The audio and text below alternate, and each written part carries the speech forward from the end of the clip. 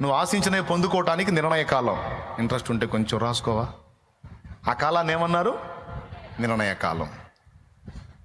అలాగే నువ్వు అనుభవిస్తున్న శ్రమ నుంచి విడుదల పొందడానికి విడుదల కాలం. మూడవది, నువ్వు ఆశించినటువంటి స్థానాన్ని నువ్వు చేరుకోవటానికి తగిన కాలం. 3 కాలాలు ఉన్నాయి కదా. ఈ 3 కాలాలు ఎవరి చేతిలో పెట్టుకొని ఉన్నాడు? నీ విషయంలో ఈ ఆలోచన దేవునికి ఉందా లేదా? నీకు నమ్మకం ఉందా లేదా? ఎంతమంది ఒప్పుకుంటారు? రైట్, ఉంది కదా. ఇప్పుడు నువ్వే డిసైడ్ చేసుకో. దేవుడు నాకు తోడై ఉన్నాడు, నా జీవితంలోకి దేవుడు ఎంటర్ అయ్యాడు, నేను ఆశించినవి నాకు ఇవ్వడానికి ఒక కాలాన్ని నిర్ణయించాడు, నేను అనుభవిస్తున్న శ్రమల నుంచి నేను విడుదల పొందడానికి విడుదల కాలం కూడా నిర్ణయించాడు, నేను పొందిన అవమానాలకు ప్రతిగా నేను హెచ్చింపబడటానికి తగిన కాలాన్ని కూడా దేవుడు డిసైడ్ చేశాడు. దీన్ని నేను నమ్ముతున్నాను. దీన్ని బట్టి, ఆయనను బట్టి నేను సంతోషంగా ఉండాలా లేకపోతే ఏడుపు కొట్టు బతికే బతకాలా అనేది నువ్వే నిర్ధారణ చేసుకో. ఎటుకూడి ముందుగతి రానేవచ్చును, నీ ఆశ భంగము కానేరదు అన్నాడుగా. దీన్ని బట్టి నేను ఎలా బ్రతకాలి? హ్యాపీగా బ్రతకాలా, ఏడుస్తూ బ్రతకాలా? నిజంగా దేవుని నువ్వు నమ్మినట్లయితే సంతోషంతోనే బతుకుతావు. దేవుని అనుమానిస్తే దుఃఖంలోనే నీ బ్రతుకుని వెళ్ళదీస్తావు. నీవు దేవుని నమ్ముతున్నావా? అట్లయితే హన్నా కూడా దైవజనుని మాట విని నాట నుండి దుఃఖముఖిగా ఉండుట మానెను అనుంది.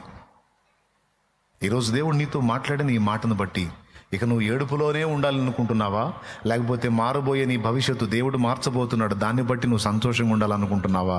నువ్వేమనుకుంటున్నావో ఓ మాట చెప్పు. ఏడవాలనుకుంటున్నావా, సంతోషంగా ఉండాలనుకుంటున్నావా? దేన్ని బట్టి? పెద్దగా ఇంకా దేవుడు నీకు నిర్ణయించినవి భవిష్యత్తులో పొందబోతున్న దాన్ని బట్టి, నువ్వు అనుభవిస్తున్న శ్రమ నుంచి నీకు దేవుడు సిద్ధపరిచిన విడుదల కాలాన్ని బట్టి, తగిన కాలం ముందు హెచ్చించడానికి దేవుడు సిద్ధపరిచిన తగిన కాలాన్ని బట్టి ఇప్పుడు సంతోషంగా ఉండాలని ఫిక్స్ అయిపోయావా? అయ్యావా? రైట్, సంతోషంగా ఇంటికి వెళ్ళిపోయినట్టయితే ఏది అడు చూస్తున్నారు? ఇంకెళ్ళిపోండి సంతోషంగా ఇంటికి. ఫిక్స్ అయ్యావుగా? ఇంక దిగులు లేదుగా, ఇంక వేదన లేదుగా, ఇంక విచారం లేదుగా. ఇంక నేను చెప్పేది కూడా ఏం లేదు.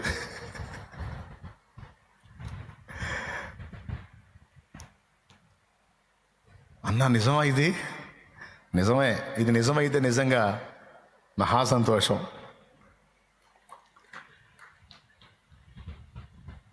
ఏది నిజం? కూటం అయిపోయింది నిజం అయితే.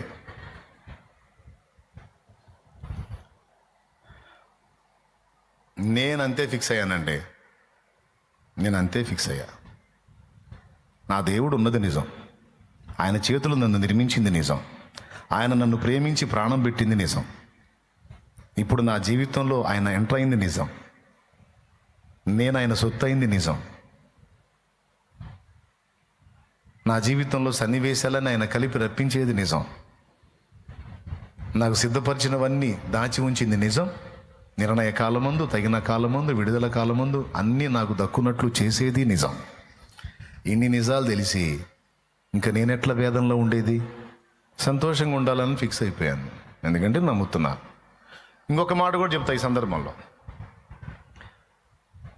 శ్రమకు నిన్ను అప్పగించాడు, ఒక శ్రమ కాలంలోకి నువ్వు ప్రవేశించావు, అవమానాలు అనుభవిస్తున్న అవమాన కాలంలోకి నువ్వు ప్రవేశించావు అంటే ఆ కాలం అనేది ఒకటి స్టార్ట్ అయిందంటే దానికి ఒక ముగింపు కూడా ఉంటుందని మర్చిపోవద్దు. అర్థమైందా? శ్రమ కాలంలోనికి నువ్వు ప్రవేశించావు అంటే దానికి విడుదల కాలం కూడా ఒకటి ఉంటుంది. అది నమ్మాలి నువ్వు. ఈరోజు అవమాన పర్వాలు నడుస్తున్నాయి, పర్వాలేదు, నన్ను ఘనపరిచే రోజు కూడా ఒక రోజు ఉంటుంది నా దేవుడు. నా దేవునికి తెలియకుండా అయితే నాకు ఈ పనులు జరగట్లేదు కాబట్టి దేవునికే స్తోత్రం అని ఆనాడు కఠినమైన ప్రతికూలతలలో, ఆర్థిక ఇబ్బందుల్లో ఉండి, అప్పుల బాధల్లో ఉండి, అవమానాల్లో ఉండి కూడా హ్యాపీగానే బ్రతుకు వెళ్ళదీశాను, కానీ దుఃఖంలో మాత్రం ఉండదలుచుకోవాలా. అది యేసయ్యని ఎరగక ముందు, క్రీస్తు పూర్వం జరిగింది అది. క్రీస్తు శకం, నా జీవితంలో క్రీస్తు శకం స్టార్ట్ అయిన నాటి నుంచి నేటి వరకు ఏమంటారు? ఇప్పుడు సంతోషం గల మనసు ఆరోగ్య కారణం. ఎవరిని బట్టి సంతోషం? డబ్బును బట్టా, అధికారాన్ని బట్టా, ఉద్యోగాన్ని బట్టా, పేరు ప్రఖ్యాతులను బట్టా? నో, ఇవన్నీ ఉన్నోళ్ళు బాగున్నారని అనుకుంటున్నారు జనం. వారి బొంద ఏమాత్రం లేదు, సస్తున్నారు అల్లాడి. మరి నిజమైన సంతోషం ఎవరికి వెళ్ళినారో తెలుసా? ఎవరి మనసు ఆయన మీద ఆనుకుందో వాళ్ళు. ఎవరి మీద ఆనుకోవాలి అంతే. ఇంకొకటి కూడా చెప్తా ఈ సందర్భంగా. నువ్వు దేని గురించి అయితే ఎక్కువ భయపడుతున్నావో, ఎక్కువ ఆలోచిస్తున్నావో, ఎక్కువ సఫర్ అవుతున్నావో, ఎక్కువ ఇబ్బంది ఫీల్ అవుతున్నావో, నీ శత్రువు వాటిని ఎక్కువ చేస్తాడు. ఎక్కడ నువ్వు జంకావో అది నీకు ఎక్కువ అయింది. నువ్వు అక్కడ ఓటమి పాలవుతావు. దేని గురించి నువ్వు భయపడడానికి లేదు, బాధపడటానికి లేదు, ఎక్కువగా థింక్ చేయడానికి లేదు, ప్రెజర్ అవ్వటానికి లేదు, ఒత్తిడి అవ్వటానికి లేదు. ఎక్కడన్నా నువ్వు కదిలావా, దేనికాడన్నా జంకావా, భయపడ్డావా, కాస్త ఒత్తిడికి గురయ్యావా, వాడు దాని ఫోర్స్ పెంచుతాడు. నిన్ను చూసినప్పుడు సైతాన్ గాడికి ఏమనిపించాలంటే నడమంత్ర పోడురా, నేను ఏ తీసుకొచ్చిన లెక్క చేయడు వీడు, మామూలుది కాదయ్యా, కరడుగట్టిన విశ్వాసి. సైతాన్ గాడు పిశాచి కదా, వాడికి మనం విశ్వాసాన్ని బట్టి మనం పిశాచుల్లో కనపడదు, దయ్యానికి దయ్యాల్లో కనపడతాం మనం. నేను చెప్పేది నిజంరా తల్లి. అవి దయ్యాలు, ఆ దయ్యాలకు మనం దయ్యాల్లో కనపడతాం.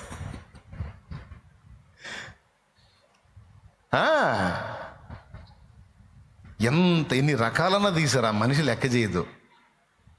ఆయన ఉన్నాడు, ఆయన చూసుకుంటాడు అంటది, పాటలు పాడుతూ తిరుగుతుంటుంది. ఈ పనికి మాలిన దాన్ని ఉంచలేకపోతున్నాను, ఏం తెచ్చి కూడా కంగారు పెట్టలేకపోతున్నాను. అస్సలు లెక్క చేయదు, నిండి బండిలాగా ఆయనకే స్తోత్రం అంటా తిరుగుతూ ఉంటుంది. ఈ మనిషి కృంగిపోయిద్దేమో, 2 రోజులు దిగులు పడిద్దేమో, ఈ మనిషి కాస్త ఏదైనా ఏడుపు ముఖం పెట్టిద్దేమంటే అబ్బే దయ్యాలు మాట్లాడుకుంటాయి. ఎక్కడికి వెళ్తున్నావు? ఒక దయ్యం పోయి ట్రై చేసి విసిగిపోయి నిలబడిద్దావు దగ్గర, ఇంకో దయ్యం వచ్చింది. ఎక్కడికి వెళ్తున్నావు? ఫలానా మనిషి ఇంటికి వెళ్తున్నాను. ఎందుకు? ఏదన్నా లొంగిద్దేమో చూద్దామని. నీ వల్ల కాదు, మామూలుది కాదు. వెళ్ళిన టైం వేస్ట్. ఇంకొకళ్ళు ఏమన్నా చూడుకో. దేవుని మీద బాగా ఆనుకొని ఉంది, దేవుని మీద బాగా ఆనుకొని ఉన్నాడు, ఆ ఫెయిత్లో బాగా బలపడి ఉన్నాడు. అండ్ ఉంచాది కాదు. ఇప్పుడు కాస్త ఏదన్నా అక్కడ ఏదన్నా బెండ్ అయితే ఆ తర్వాత చూద్దాం. నేను అదే పనిలో ఉన్నా. ఎందుకు నేను టైం వేస్ట్, నీవు టైం వేస్ట్? ఇప్పట్లయితే దొరికేటట్లేడు. ఎలాంటిది తీసుకొచ్చినా సరే వాళ్ళు లొంగట్లా, ఎలాంటిది తీసుకొచ్చినా సరే మనిషి లెక్క చేయట్లా. ఆయనే ఉన్నాడు, ఆయనే చూసుకుంటాడు అని బిర్రుగా ఉంటుంది. నా వల్లగా కూర్చున్నాను ఇక్కడ. దేనికన్నా జమకిద్దామని చూద్దాం, ఆ రూట్లో వెళ్ళి కొడదామని చూస్తున్నాను, కానీ దొరకట్లా. దేనిని లెక్క చేయట్లా. అని మిగిలిన దయ్యాలకి ఇది సలహా ఇస్తుంటుంది. శోధించే దయ్యం కాస్త సలహాలు ఇచ్చే దయ్యంగా మారిపోయింది నువ్వు లైన్లో ఉంటే. నువ్వు దేనికన్నా లొంగి కాస్త ఒత్తిడికి గురై ఆలోచన చేసావనుకో, నువ్వు సాలిగూడులో చిక్కుకున్న, సాలెపురుగు గూట్లో చిక్కుకున్న ఈగలాగా అయిపోతావు. ఈగకున్న 4 కాళ్ళలో ఒక కాలు తగిలిందంటే సాలెగూటికి వెంటనే సాలెపురుగు కదిలిద్ది. కదిలేం చేసిందో తెలుసా? ఆ లార్వా ఏదైతే ఉంటుందో ఆ జిగురు పదార్థం దాన్ని ఇంకా విడుదల చేసి, ఒక కాలు తగులుకున్నది మిగిలిన 3 కాళ్ళను కూడా చుట్టేసి మొత్తం 4 కాళ్ళను బంధించి ఇక్కడ పెట్టి లాగిద్ది బ్లడ్.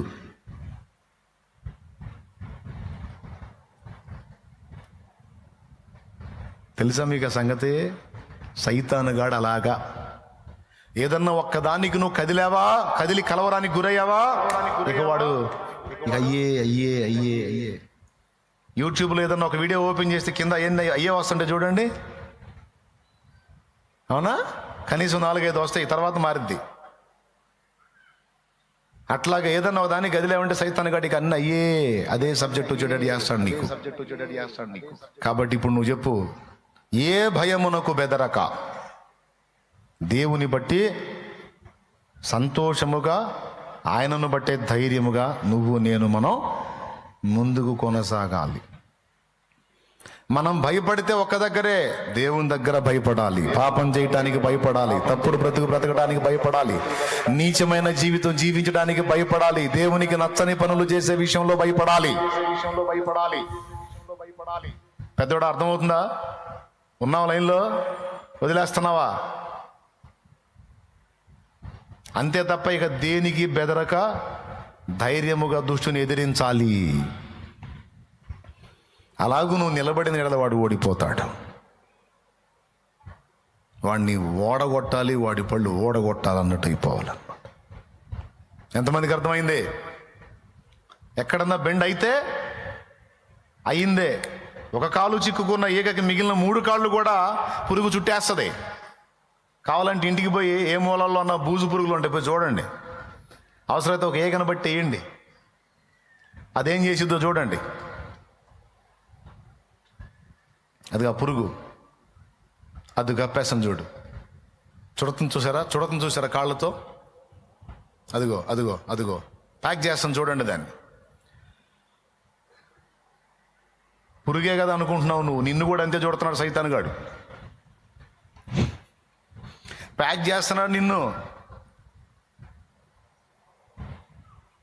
బైండ్ చేస్తున్నాడు నిన్ను ఏదో ఒక పాయింట్లో. అందుకే దేవుని వాక్యం చెప్తుంది, భయపడకుడి, భయపడకుడి, భయపడకుడి, భయపడకుడి, భయపడకుడి. నేనున్నాను కదా. అవునయ్యా, నువ్వు ఉన్నావు. నీ అడుగు ఇరుకున పడనీయను, పడినా నేను తప్పిస్తా. కాబట్టి నన్ను బట్టి ధైర్యంగా ముందుకు సాగు. నీ రథ అశ్వముగా నీ త్యాగబంధం. ఆయన నాకు తోడై ఉన్నాడు, ఆయన నాకు తోడై ఉన్నాడు, నేను భయపడను. ఇది విశ్వాసి లక్షణం. ఇప్పుడు ఈ హృదయం కలిగిన వాళ్ళకి సంతోషం ఉంటుందా, ఏడుపు ఉంటుందా? ఒకవేళ కళ్ళల్లో కన్నీళ్ళు వచ్చినా దేన్ని బట్టి వస్తే ఆనందాన్ని బట్టి వచ్చి ఆనంద బాష్పాలే తప్ప దుఃఖం ఉండదు. వేటగా నివుది నుండి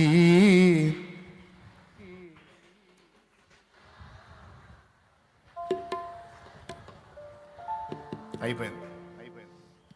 మీకు వచ్చలే ఇక ఎందుకు పద్దాకల పాడి మళ్ళా టైం కానీ నేను ఆపేస్తున్నా. మీకు రాని పాటలే అయింది. కాబట్టి ఏమర్థమైంది? విరిగి నలిగిన మనసు ఎక్కడ ఉండాలి? సైతాన్ గారి దగ్గర తన్నే మనసు ఉండాలి. అర్థమైందా? సమాజంలో కూడా ధైర్యంగా నువ్వు భయపడే కొద్దీ, నువ్వు వణికే కొద్దీ, నువ్వు ఇబ్బంది పడే కొద్దీ మెత్తటోని చూస్తే అన్నట్టు సమాజం అట్ట తయారైంది. సమాజం ఎదుట ధీటుగానే ఉండాలి, సంతోషంగానే ఉండాలి. దేవునికి స్తోత్రం కలుగును గాక.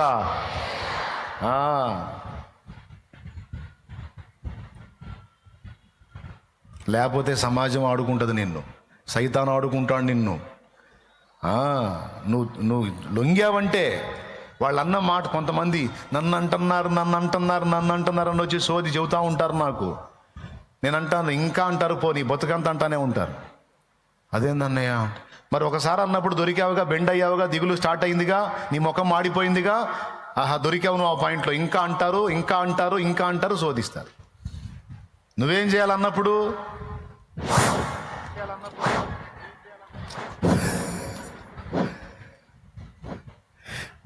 అది పలుగాకి లోకం, కాకి లాంటి లోకం ఎప్పుడు వాగుతానే ఉంటుంది. లెక్క చేసావు అవుట్, లెక్క చేసావు అవుట్. పలుగాకి లోకం నిందించిన ఏకాకివై నీవు రోదించిన అవమాన పర్వాలు ముగిసేనులే, ఆనంద గీతాలు పాడేవులే. నవ్వినోళ్ళంత నీ ముందు తలను వంచిరు ఇక ముందు, నవ్వినోళ్ళంత నీ ముందు తలను వంచిరు ఇక ముందు. నీ పరిస్థితిని బట్టి అవతల వాడు నవ్వితే వాడిని చూసి నువ్వు నవ్వు. నేనేం చెప్పాను ఇప్పుడు? నాకు చెప్పు. నీ పరిస్థితిని చూసి అవతల వాళ్ళు నవ్వితే వాళ్ళని చూసి నువ్వు కూడా నవ్వు. నీ హీన స్థితిని బట్టి నువ్వు పొందిన అవమానాలను బట్టి వాడు నవ్వితే నీ నవ్వులన్నీ సిగ్గుతో తల దించుకునే రోజు ఒకరోజు వచ్చిద్దిరా అని వాడి వైపు చూసి నువ్వు గంభీరంగా నవ్వు. అప్పుడు వాడికి ఏం అర్థం కాక వెర్రి ముఖం వేసుకొని చూస్తాడు నీకెళ్ళి. వాడు హీ అనే కొద్ది నువ్వు అన్నావు అనుకో, వాడు ఇంకాస్త పగలబడి నవ్వుతాడు. వాడు హీ అని అనుకో, నువ్వు అనుకుంటాడు మెంటలెక్కిందని. మెంటలు కాదు, వాడికి ఎక్కింది భవిష్యత్తులో మెంటలు. అట్లా చేస్తాడు యేసయ్య. నాకు విశ్వాసం ఉందండి, అందుకే నా లైఫ్ని హ్యాపీగానే దొర్లించాలనుకున్నా. నేనే అవిశ్వాసన అయింది ఏడుపులో బతకడానికి, నేనే అవిశ్వాసన అయింది నిన్నల్లో బతకడానికి. నాకు ఈరోజు ఉంది, రేపుంది. నాకు నా యేసయ్య ఉన్నాడు. నేనెందుకు బతుకుతా ఏడుపులో? సరే అంటే అనని అవమానాలు అంటున్నారా, దూషిస్తున్నారా, అప్పుల సమస్యలు ఉన్నాయా, ఆర్థిక ఇబ్బందులు ఉన్నాయా? ఉన్నాయి. వాటన్నిటిని మార్చే బలమైన దేవుడు నాకున్నాడు. ఆత్మీయతలో పడతా లెగుస్తా ఉన్నానా, జారి పడతా లెగుస్తా ఉన్నానా? ఓకే, నడవని. ఒక రోజు వస్తుంది నేను కూడా స్థిరంగా నిలబడి ముందుకు సాగే రోజు. ఈరోజు ఒకళ్ళ చేత కౌన్సిలింగ్ నేను పొందుతున్నాను. భవిష్యత్తులో నేను బలపడి ఇతరులకు కౌన్సిలింగ్ చేసే పొజిషన్ నా దేవుడు నన్ను తెస్తాడు. నాకు విశ్వాసం ఉంది కాబట్టి నాకు భయం లేదు, దుఃఖం లేదు. నేను ఇలా బతకాలని ఫిక్స్ అయిపోయా. మరి మీరు ఎట్ట బతకాలనుకుంటున్నారు? ఒక మొక్క చెబితే అబ్బాయి ఎట్ట బతకాలనుకుంటున్నారు? నాలాగేనా? అంతే ఫిక్స్ అయ్యారా? నిజమేనా? డౌట్ లేదుగా? వెళ్ళి అడుగుదాం, మీరు ఎట్లా బ్రతకాలనుకుంటున్నారు? ఇంకా ఆ విషయాలు లేదు, దిగులు లేదుగా, వదిలేసినట్టేగా, హ్యాపీ, రైట్. ఇది మనకు ఆరోగ్యం, ఇది మన ముఖాలకు తేట, ఇది మనకు సమృద్ధి విందు. అంతేనా? ఇంకా చాలా లాభాలు ఉన్నాయి సంతోష హృదయునికి. అందుకే తెసలోనికలకు రాసినటువంటి మొదటి పత్రిక 5వ అధ్యాయము 15-16 వచనాల్లో ఏమన్నాడు చూడు. ఎల్లప్పుడూ సంతోషముగా ఉండుడి, ఎడతెగక ప్రార్థన చేయుడి. అది సమస్యలు ఏమన్నా ఉంటే అన్నీ దేవుడికి చెప్పు, ఎనీ టైం హ్యాపీగా ఉండు. నేను చెప్పానా? అందులో ఉందా? అది సంతోషంగా. మళ్ళీ సినిమాలు పోయి సంతోషంగా ఉండమన్నాడు చాలేమన్నా. నేను రోజుకు ఒక సినిమా చూస్తానని పోయావు. సంతోషంగా ఉండమన్నాడు చాలేమన్నా, ఇంకా ఫుల్ తాగుతాను పోయావు. అయ్యో, ఆ సంతోషాలు నాశనం చేసే సంతోషాలు అవి కాదు. దేవునిలో ఆనందించు, దేవునిలో సంతోషించు, ప్రభువునందు ఆనందించుడి, మరలా చెప్పుదును. ఏమేమి లాభాలు ఉన్నాయి సంతోషంగా ఉంటే? హెల్తీ, ఆరోగ్యం. సంతోషంగా ఉన్నోడికి ముఖం తేటగా ఉంటుంది. నువ్వు ఏ సబ్బు పెట్టి రుద్దకపోయినా, ఏ పౌడర్ బుయ్యకపోయినా, ఏ క్రీములు రాసి మేకప్లు వేయకపోయినా ముఖం తేటగా ఉంటుంది. 3వది నిత్యము విందు కలుగును. 4వది మన సంతోషము ఇతరులకు మేలు. మన సంతోషం ఇతరులకు రక్షణ కారణం అవుతుంది. తెలుసా మీకు ఆ సంగతి? ఇన్ని చేసి కూడా నేను ఏడుపులో బతుకుతున్నాను, ఆ స్థితిలో ఉండి కూడా ఇతను ఎప్పుడు సంతోషంగా ఉంటున్నాడు. తేడా ఏందని ఆడే వచ్చి అడుగుతాడు. నేను నీకు సరైన ఉపాధి దొరకలేదు అయినా హ్యాపీగా ఉన్నావు, సరైన సంపాదన లేదు అయినా హ్యాపీగా ఉన్నావు, చాలా అప్పుల సమస్యల్లో ఉన్నావు అయినా హ్యాపీగా ఉన్నావు, చాలా విషయాల్లో స్ట్రగుల్ ఉన్నాయి, నీకు ఇబ్బందులు ఉన్నాయి అయినా హ్యాపీగా ఉన్నావు. ఏంటా? నీకు కూడా కావాలా? అందుకే అడుగుతుంది. అట్లయితే నాతో రా, తీసుకొచ్చేసే దేవుని సన్నిధికి. ఇదిగో ఇక్కడ ఉంది నా సంతోషం, ఈయన రెక్కలలో ఉంది. ఈయనను బట్టి